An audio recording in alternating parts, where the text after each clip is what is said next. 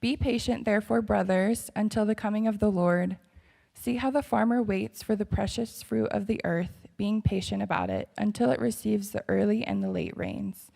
You also be patient. Establish your hearts, for the coming of the Lord is at hand. Do not grumble against one another, brothers, so that you may not be judged. Behold, the judge is standing at the door. As an example of suffering and patience, brothers, take the prophets who spoke in the name of the Lord. Behold, we consider those blessed who remained steadfast. You have heard of the steadfastness of Job, and you have seen the purpose of the Lord, how the Lord is compassionate and merciful. Thank you. You can all be seated. Thanks, Taylor. Good morning, Flourishing Grace. How you doing? My name is Benjer. I'm one of the pastors here at Flourishing Grace. Josh Knight, our pastor for Preaching and Vision, is literally halfway around the world with our team in India. We have a team through our partner over there, Asha India. God's doing amazing things. I know when he gets back, he will be sharing a lot about that. Before we dive in, I want to highlight something really quickly. In 2 weeks, it doesn't involve this gathering quite a bit, but I want to make sure you know what's going on.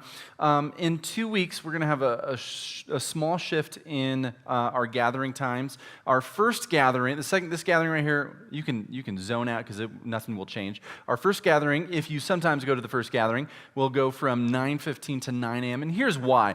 You may have noticed coming in here, you may have noticed sometimes it's difficult to find a parking spot.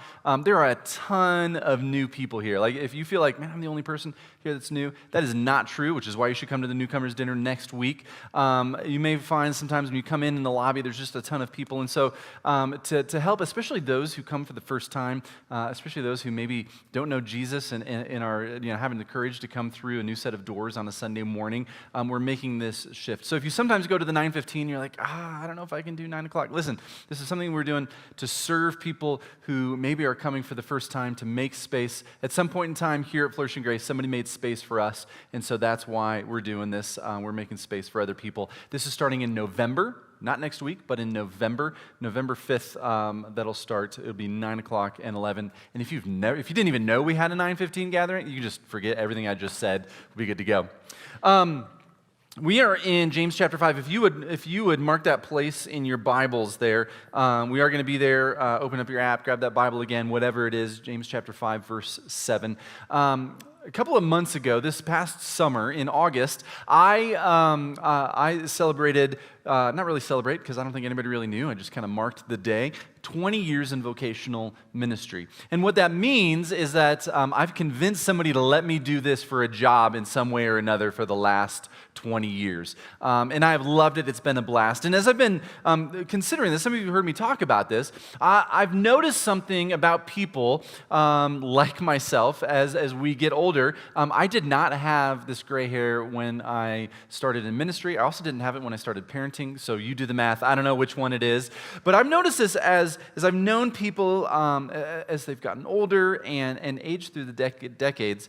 One of two things happens, and I'm talking like years and years and years, where somebody sometimes will be just like, man, they will love their church, they're around, they're leaders, they're generous with their time, they're generous with their resources, they seem to love Jesus, and you know them, you're like, yeah, man, they are in, they love their church, but as time goes on, you find that their words get sharper, their attitude and outlook gets more and more bitter. And if we're honest, listen, there's no judgment here. I'm not like questioning somebody's salvation. I'm just telling you what I've noticed.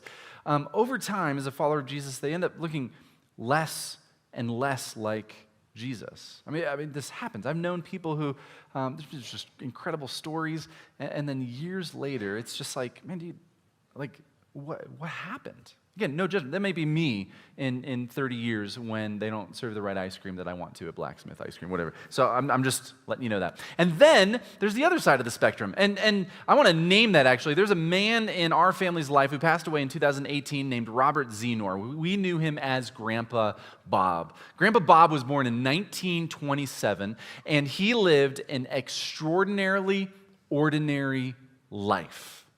Grandpa Bob loved Jesus from an early age. And there's so much, like I had the blessing and the opportunity to help edit his memoir and even add to a little bit and make sure everything was in there and is edited the right way. And there's so much I could tell you about the life of Grandpa Bob, but there's just a few things I want to share. He was born in 1927, lived an ordinary life. He was drafted into World War II, but didn't go anywhere because it was right at the end of the war and he never got out of San Diego. He raised some kids. He was married. One of the things I need to tell you about being a parent, so he married a wonderful woman. They raised a son and a daughter and raised them into adulthood. Their daughter got married, and in her first year of marriage at work, one day just suddenly fell to the ground. That was it. She had a stroke. And she was permanently disabled, could not walk, could barely communicate, could not feed herself, could not do anything for herself for the rest of her life. Now, there's no judgment here. This is back in the 70s, but this husband was extremely overwhelmed. And so Bob and his wife said, okay, listen, we're gonna care for our daughter Brenda the rest of her life. And that was for the next 8 years. It changed everything about their life. It changed everything about their hopes and their dreams and what they had wanted for their adult children. And so she passes away. Their son has kids. They have grandkids. They finally make it to retirement. And retirement for them was not, hey, let's sit around and play golf, although he did like golf. It was, how can we serve the church? And he wanted to travel around the country helping out Christian camps, do maintenance and that sort of thing. And shortly into retirement, he lost the love of his life and saw the rest of his life, this retirement, everything they had planned, without his wife. Fast forward a few years, and he eventually marries again, another wonderful woman who loves Jesus, and this is how we came to know him. His second wife is actually the mom of some of mine and Jennifer's good friends in Ogden. Just a couple years into that marriage, his second wife develops dementia. It gets to the point where she needs full-time care in a facility. So because her daughter lived up in Utah, they decided to move from Arizona up here to Utah. And he lived in an apartment near a full-time care facility. Let me just give you a small picture of his faithfulness. The whole family was from Arizona, and so her daughter would go back to Arizona with their family and spend Christmas there. And there's no way he would. He was invited. There was no way he was going. He's like, I'm not going to let my wife spend Christmas alone. Even to the point, we lived literally blocks away from his apartment and from the care facility when my wife and I, when we lived in Ogden. We said, listen, Bob, just come over for Christmas dinner. 45 minutes. Like, we'll time it. We'll sit down right when you get here. You'll enjoy a meal with some kids and some family. He said, no, my wife is not going to be alone on Christmas. I made a promise, and I'm going to fulfill that promise. She eventually passes away, and he decides to live most of the rest of his years up in Ogden because he got to know so many people up here. And for 6 years, he and I had breakfast every Thursday morning at the Village Inn in South Ogden. And on more than one occasion, I would be sent back into the restaurant after breakfast with an envelope full of cash for a waiter or a waitress who was expecting a child, and they weren't really sure how they were going to make it work. Nobody knew this. Nobody knew this because Bob lived an extraordinarily ordinary life.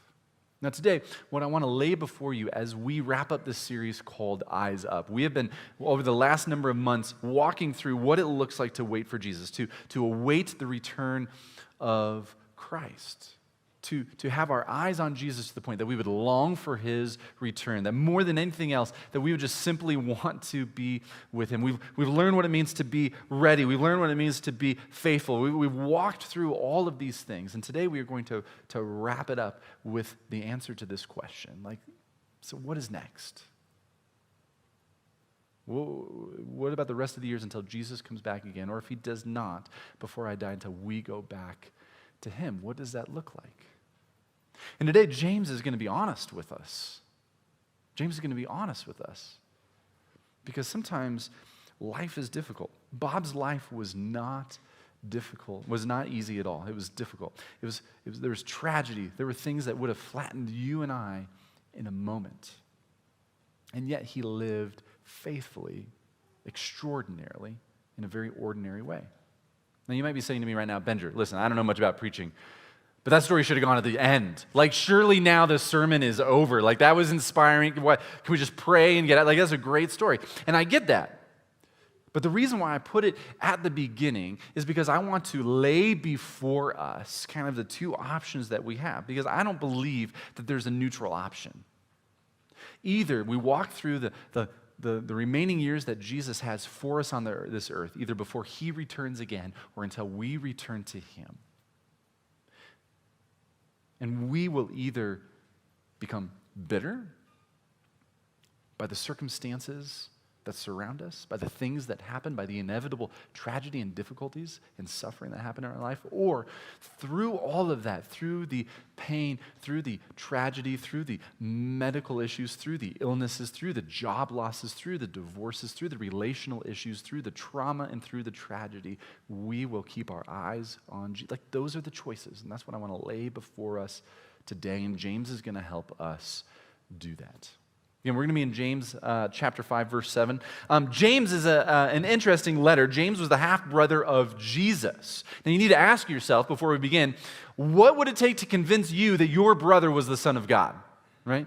Now, during Jesus' lifetime, Jesus' family actually thought he was crazy. They thought he was out of his mind. They were embarrassed of him. And then something happened. Like, what would it take for you to be convinced that your brother was the Son of God? Well, perhaps it has something to do with the fact that he predicted his own death and resurrection and pulled it off. And so James comes to the point where he has surrendered his life to his brother, his half-brother, Jesus, not as a family member, but as Lord of the universe, as King of kings and Lord of lords. And James was a leader in the church in Jerusalem, where there were a lot of people who had been Jewish and become Christians. And so James writes this letter to those people and to those who had been kind of dispersed around the area by persecution, who had to move out of Jerusalem all over the known world, which is God's purposes, by the way. To them it was suffering, but really what that did is it brought the good news of Jesus around the known world. And so James writes this letter. And James has a number of themes in this letter that he wants to touch on, but it's not like a 3.5 essay like you learned in 9th grade English, where you're going to say what you talked about, and we're going to talk about this, and then I'm going to say what I talked about. No, James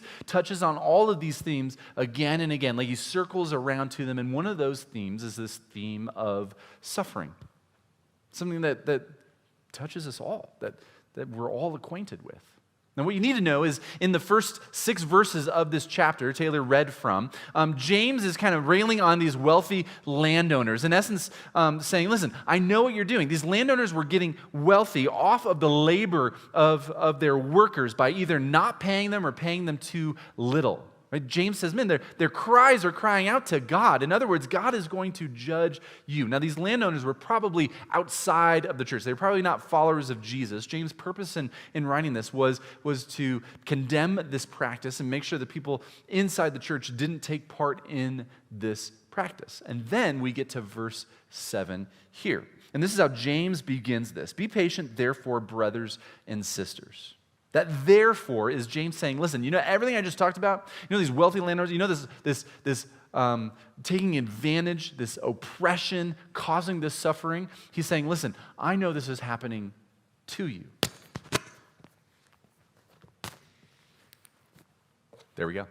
I know this is happening to you. I know that you are being oppressed. I know that this is happening to you. And so we're going to talk about how that works out in your life right now.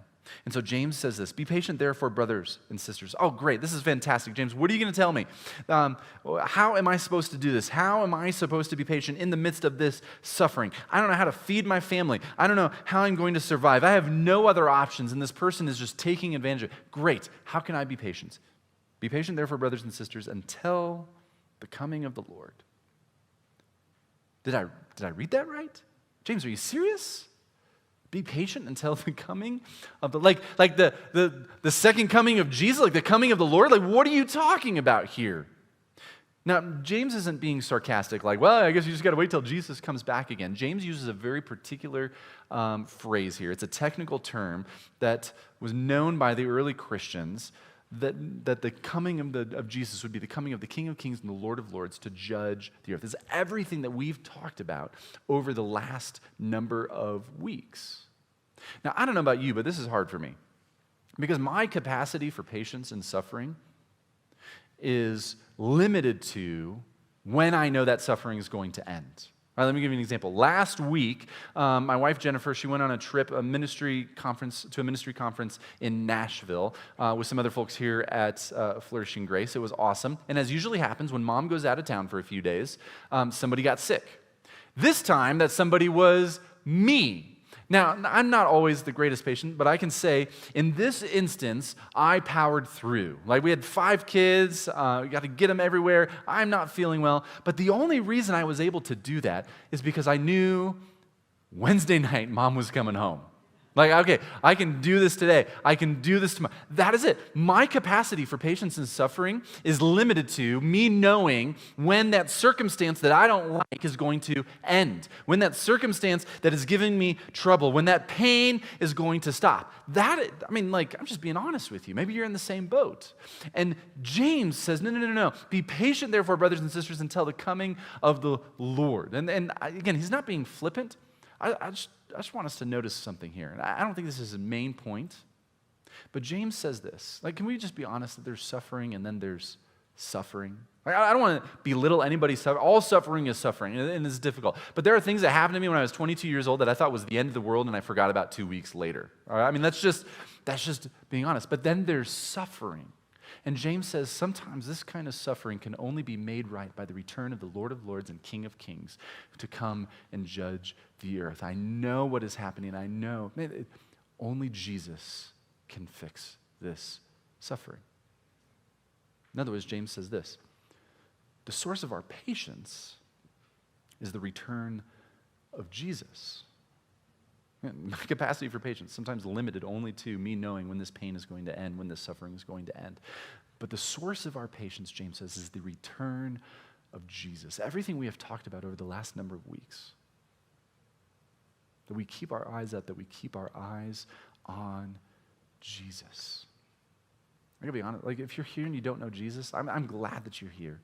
And this is a place to ask questions. This is a place to be welcomed. This is a place where hopefully you can feel like family and wrestle through some of these things in real time. But I just gotta be honest with you, like, this doesn't make any sense unless Jesus really is the King of Kings who hung on the cross for your sin and my sin, and then rose again from the dead 3 days later, and who one day is coming back again to judge the earth. Really doesn't. So we're going to walk through what really this looks like.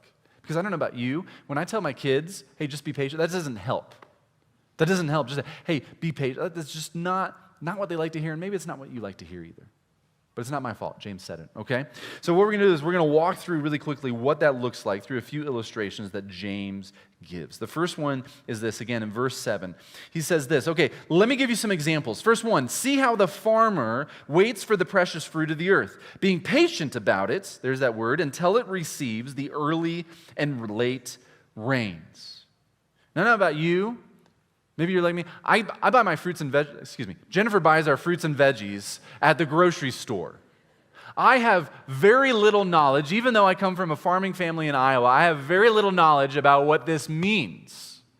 I have very little conception in my mind, the ability to conceive this idea that my well-being, that my job, that my ability to feed my family is dependent on the rains coming. You see, the early and late rains that James is referring to is the fall rain in first century Palestine and the spring rain. The fall rain was the first rain. You couldn't plant without that first rain. Like, it had to be there. There was no amount of irrigation that could be done if that first rain didn't show up. And if it didn't show up, you weren't planting. And then, if that all goes well, you got to wait and everything grows. And before the harvest can happen, you need to have the spring rains, the late rains. You need to let it rain so it can finish growing. And if it doesn't, there's no harvest. And I love what James says here. James doesn't say, consider the farmer and how hard he works. He doesn't say, consider the farmer and how smart he is in his techniques. He doesn't say, consider the farmer and how much he prays. He just waits. They know, like, they're not stupid. James readers aren't stupid. We're not dumb. We know that the farmer is working. But James doesn't put the emphasis on that. Right? This isn't like, okay, you do part and then God's going to do the rest. No, this is all about the faithfulness and grace of God. This idea of early and late rains was tied to the faithfulness of God. If you go back to the Old Testament, James's readers knew this. They knew the prophets, they knew the Hebrew Bible, and they go back, this idea of the early and late rains was tied to the faithfulness of God. If you go to Joel chapter 2, it'll be up here on the screen, chapter 2, verse 23, I believe, yes. Joel is talking about God's faithfulness, even though Israel had completely just been disobedient and said, I don't need you, God, we don't need you. This isn't something that we need. We're not going to follow you. And talking about God's faithfulness and how God will return them and said, no matter how unfaithful you are, God says, I will continue to be faithful. And this is how he expresses it in Joel chapter 22. Be up here on the screen. Be glad, O children of Zion, the people of Israel, and rejoice in the Lord your God, for he has given the early rain for your vindication. He has poured down for you abundant rain, and the early and latter rain as before. In other words, what he's talking about is like, listen, this is how faithful God is. He will provide the early and the late rain. Now, what we need to know, what James is getting at here, in using this illustration of the farmer, is this. God is doing something. God is doing something. And the hard thing is, we don't exactly know what that is. You see, part of trust and trusting somebody is sometimes they're doing something for your good that you don't even know about. Now, I want to be very clear. I'm not talking about like, okay, one day God's going to just remove all these circumstances and in this life you're going to have health, wealth, and everything's going to be great. No, that's not what James is talking about. He's talking about, listen, God is doing his thing. And you don't necessarily get a say in what that thing is. I'm sure the farmer would have loved modern irrigation techniques. I'm sure he would have loved some reservoirs. I'm sure he would have loved to be able to move somewhere else where he didn't need the early and late rains. But no, the farmer simply waited. He was patient. He was steadfast, which is another word for endurance. God is doing something. And as we wait for Jesus, as we are in the midst of suffering and being patient until the coming of the Lord, part of what that means is, listen, God is doing something. And we are patient not because we are anything, but because God is everything. It's not easy. It's not easy to not know. But this is what James tells us. Next thing James tells us is this. Don't be derailed by suffering. And here's what I mean by that. So, in verse 9, James says this. Do not grumble against one another, brothers and sisters, so that you may not be judged. Behold, the judge is standing at the door. Now, James, on one level, he probably has a little bit of this in mind. We know that when we are suffering and things are difficult, those closest to us are those who pay the price, right? But that's not just the heart of what James is getting at. He's not talking about, hey, don't grumble against your loved ones just because your day isn't going well. No, James uses very specific language here. First of all, he says grumble. Right? Grumble should hearken us back to the people of Israel who were wandering around in the wilderness, who when things were not going well, when God who had rescued them out of slavery, who had rescued them through the Red Sea, I mean, just all these miraculous things, when they got to a day when things were hard and the food wasn't what they wanted them to be, they grumbled against God. They said, God, you brought us out here to kill us. You didn't bring us out here to save us. You brought us out here to kill us. And then they grumbled against the leaders, and then they grumbled against one another. They were saying that God cannot be trusted. And then James says, listen, the judge is standing at the door. Remember, James in the first 6 verses of this chapter talked about the wealthy landowners. I mean, they will be judged. The judge is standing at the door for them. The voices of the laborers are crying out from the ground, like God will take care of them. And what James is saying is, listen, if you do the same thing, if you let suffering derail you so that you grumble and you mistreat those around you, you are no better than the landowners. God's there for you too, as judge. Because sometimes I think we can take this victim mentality. Don't get me wrong. Sometimes we are victims. There are people in this room who have experienced trauma to the extent where I could probably not believe your story. But sometimes we believe that we get a pass from everything because what has been done to us. And James says, no. Don't let suffering derail you. Now remember, he's talking about this not because we are anything, but because Jesus is everything. Because Jesus, the judge of the universe, the King of Kings and the Lord of Lords, is coming back, and he has dealt with all sin. All sin in the world will either be dealt with by being forgiven on the cross or at the last judgment. We can get to a point where suffering can derail us. And I think this is what happens to some people later in life, because we all experience suffering. I am convinced, I could be wrong. I could live another 40 years and be completely proven wrong, but I am convinced that who we are, if God should give us 70 or 80 years, who we are at 70 or 80 depends largely on how we deal with suffering in our relationship with Jesus. That's just what I think it is. Now, last thing. We can suffer well because of who God is. Now, this is hard for us. Can I pick on us? If you're born in this country and you were raised as a follower of Jesus in this country, we are not good at suffering well. We have no category for suffering well. Even if we don't say it out loud, there's a part of us that believes that if we do what God wants us to do, then God's going to do what should happen to us, that our circumstances will be better. And that if our circumstances aren't good, it must be because we're not faithful enough. And that has no place. That has no place in a theology of suffering.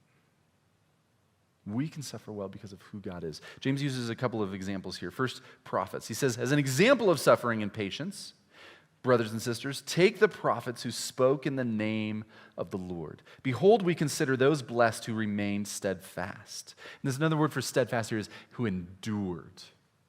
Friends, I love that he uses the examples of the prophets. Now the readers of James, as they're listening to this or reading this or whatever it may be, they're nodding their head at this point.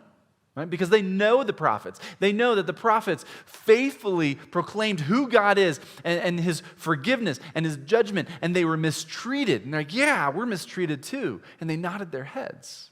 They got this. And I love that he includes this, because I think what this teaches us, among other things, is that we can be directly in the middle of the will of God.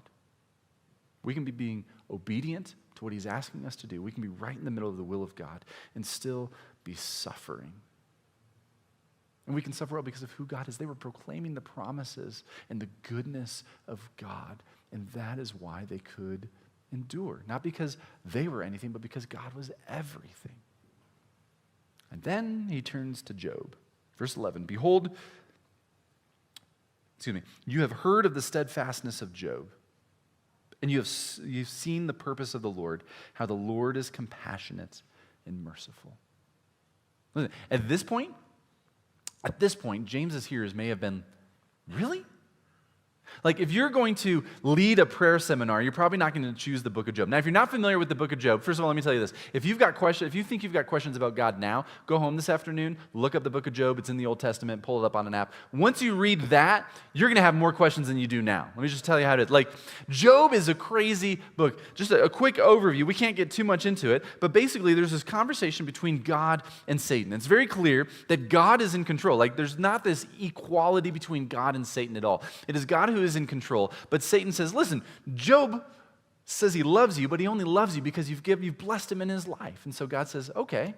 And he lets Satan take away his wealth. He lets Satan take away his family, and he lets Satan take away his health. And he says, see what he does now. And the rest of the book of Job, I told you, this is crazy. Many of you have so many questions right now. I get that. Keep reading. It's so crazy because the rest of the book of Job is Job wrestling through this with his friends, and his friends arguing against him, and Job's at times saying, man, I wish I was never born, curse the day that I was ever conceived. And eventually at the end of the book, Job has a chance to accuse God, and he accuses God for everything that's been done to him because Job doesn't get to see everything that's been done. This is nuts. Josh Gardner and I were talking about this week, and he pointed me to Tim Keller. Tim Keller is an incredible pastor who passed away a couple of months ago, was a pastor in New York, planted a church. And he was talking one time about his Old Testament professor, how his Old Testament professor had this theory about Job. You see, at the end of the book of Job, Job would never lead a prayer kind of seminar in our church. Like it is raw, it is crazy, he accuses God, he kicks, he screams, it is nuts. And this Old Testament professor said, man, I have a theory about this. Because at the end of the book, Job was commended, was honored above his friends, his companions, for his prayers. And the Old Testament said the reason why he was honored above his friends for his prayers is because they were prayers. Like, God never let go of Job, even through all of that. And Job clung to God, even when it was kicking and screaming, and he had questions, and he was angry. I believe why James includes Job in this is because through all this immense suffering, Job never let go of the compassion and mercy of God. And this is hard for us. Friends, there are people in this room who are walking through things. And you, because of what you have experienced or are experiencing now, will walk with a limp the rest of your life. The circumstances will never be taken away. The memory of that suffering or the effects of that suffering, this side of heaven, friends, I believe in the healing of God. I believe in reconciliation. I believe in restoration. But God has not seen fit that all suffering, this side of heaven, will be wiped out. And so we've got to figure out, what do we do with that? So as we come to the end of this series, I want us to listen to James. James says, be patient, therefore, until the coming of the Lord. So what are we supposed to do with all this? I wish I had like a great list, 3 points, do these things and it will get better, but I don't.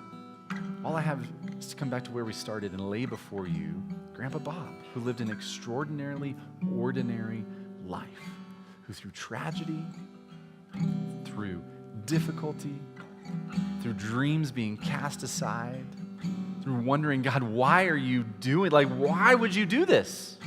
Why would you do this? He kept his eyes on Jesus. That's what we've been invited to do, to keep our eyes up. There's no easy answer for this. There's no easy way through this. There are times where it will be difficult to even step out of bed, keep our eyes up, and consider who Jesus is because of the suffering that is happening in our lives now. But this is what James is calling us to. This is what God wants for our life. You see, the victorious life isn't that all of our experiences and all of our circumstances all of a sudden get better. The victorious life is clinging onto Jesus when there is nothing left to cling on. That is what we are called to today. Here's how we're going to finish today. I'm going to pray in a moment. I'm going to invite our prayer ministers to come up. We've got a prayer team. And what we're going to do is, before we sing our last song, I want to leave a couple of minutes of space. I think sometimes when we think about it or we talk about the return of Christ, like so many times we've been sold this idea that if we just pray enough, if we just consider Jesus enough, we study our Bible enough, we attend church enough, like everything's going to be better than it was. Now don't get me wrong. My marriage as a parent, all of those things are better because of who Jesus is, but it's not because he has magically changed anything around me. Not because he's magically changed any circumstances, but because of what he is doing in me. So we're going to create space. If something has just pricked your heart today, if you are in the midst of this suffering and you're not sure how to move forward, and you're not sure how to look to Christ, we'll have people up here who would love to pray with you and pray for you. We're going to leave a couple of minutes of space for that, and then we're going to sing our last song. So let me pray for us. God,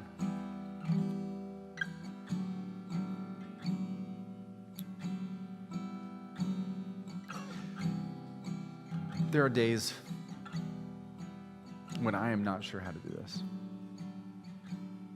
There are days when the pain that those around me are experiencing, the pain that I am experiencing, it makes it hard to look to the return of your son, Jesus.